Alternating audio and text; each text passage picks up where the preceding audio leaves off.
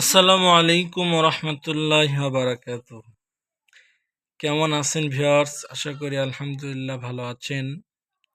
তো আমি আলহামদুলিল্লাহ ভালো আছি। তো আজকে একটি ভিডিও নিয়ে হাজির হয়েছি। সেই ভিডিওটা হচ্ছে যে দোয়া কবুলের আমল বা দোয়া কবুলের ভালো একটি সময়। আজকে অনেক কয়েকটা বিষয়ের উপর আলোচনা করব।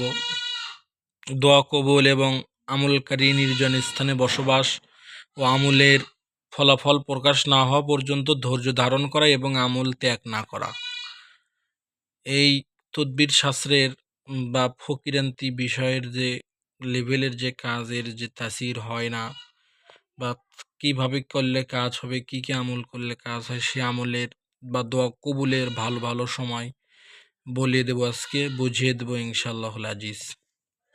তো আমার এই চ্যানেলটিকে অবশ্যই যারা নতুন আছেন সাবস্ক্রাইব করবেন, বেল আইকনটি অল করে দিবেন এবং একটি লাইক দিবেন, একটি কমেন্টে আল্লাহু আকবার লিখবেন।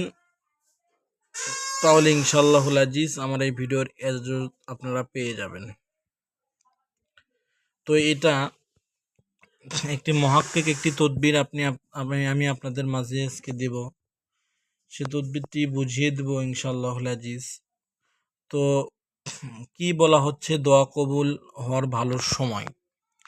হাদিস শরীফে বর্ণনা করা আছে যে শেষ রাতে সুবহে সাদিক, সূর্যোদয়ের সময় ও বৃষ্টির সময় দোয়া কবুল হয়।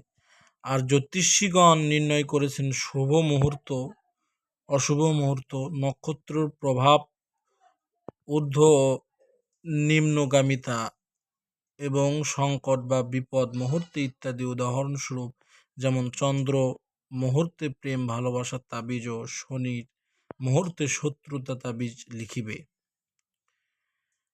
তো এখানে বোঝা গেল যে শুভে সাদিক, শেষ রাতে শুভে সাদিকের সময় দোয়া কবুল হয়। সূর্য উদয়ের সময় দোয়া কবুল হয়, বৃষ্টির সময় দোয়া কবুল হয়। আর জ্যোতিষ নির্ণয় করেছেন যে কমার সেতারার সময় প্রেম ভালোবাসার তাবিজ ভালো কাজ করে এবং শনি গ্রহর সময় অর্থাৎ জহালোকতে শত্রুতার তাবিজ লিখলে ভালো ফল হয়।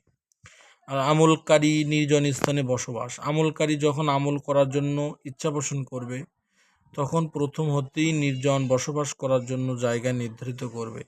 সাধারণ স্ত্রীলোক ও বালিকাদের সংস্পর্শে হতে দূরে থাকবে, কারণ তাদের সাথে মহাব্বতের সম্ভাবনা থেকে যায়।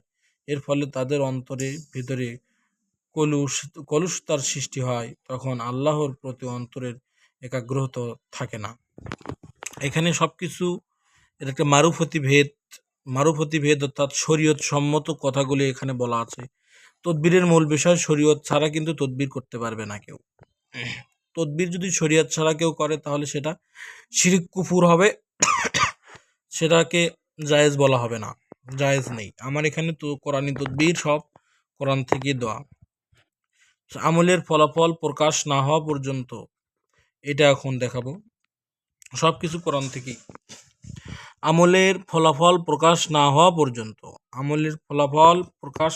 পর্যন্ত ধৈর্য ধারণ করা এবং আমল ত্যাগ না করা। মানে এই আমল যে করতেছি এটার ফলাফল প্রকাশ না হওয়া পর্যন্ত রাগ করে আমল ত্যাগ করা যাবে না, যে এক ধৈর্য ধরে থাকতে হবে, যে তার কাজের তাসির হবেই। যেমন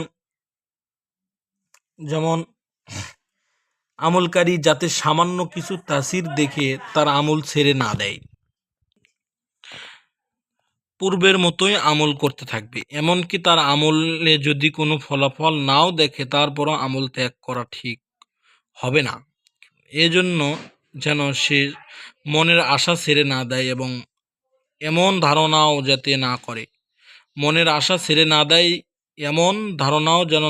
যাতে না করে এমনভাবে আমল করলাম তারপরেও কোনো সফলতা অর্জন করতে পারলাম না, বৃথা সময় নষ্ট করে কোনো মূল্য নেই। মনে রাখবে অনেক সময় নির্জন অসততা ও অবহেলার জন্য আমল করতে গিয়ে ভুল থাকার কারণে ফলাফল প্রকাশ হয় না, তারপরেও এই আমলে ব্যর্থ হবে না। একটু দেরিতে ফলাফল পাওয়া গেলে তা আরও বেশি শক্তিশালী ও মজবুত হয়। তো এই আমলগুলো আপনারা করবেন। আর আমল করার পূর্বে এবং শেষে দরুদ শরীফ পাঠ করবে। আমল ও তাবিজ লেখার পূর্বে এবং শেষে দরুদ শরীফ পাঠ করা অবশ্যই কর্তব্য। বর্ণনা করা হয়েছে যে দরুদ শরীফ পাঠ না করা পর্যন্ত বান্দার দোয়া আল্লাহর কাছে কবুল হয় না। হযরত সুলাইমান দারানী মহান মাশায়েখগণ হতে বর্ণনা করেছেন যে আল্লাহ তাআলার কাছে কোনো প্রকার প্রার্থনা করতে হলে প্রার্থনার আগে ও শেষে দরুদ শরীফ পাঠ করবে, কেননা আল্লাহ তাআলা অবশ্যই দরুদ শরীফ কবুল করবেন। তো অবশ্যই আমল ও তাবিজ লেখার পূর্বে অবশ্যই দরুদ শরীফ পাঠ করে নেবেন। এটাই আজকের আমল ছিল।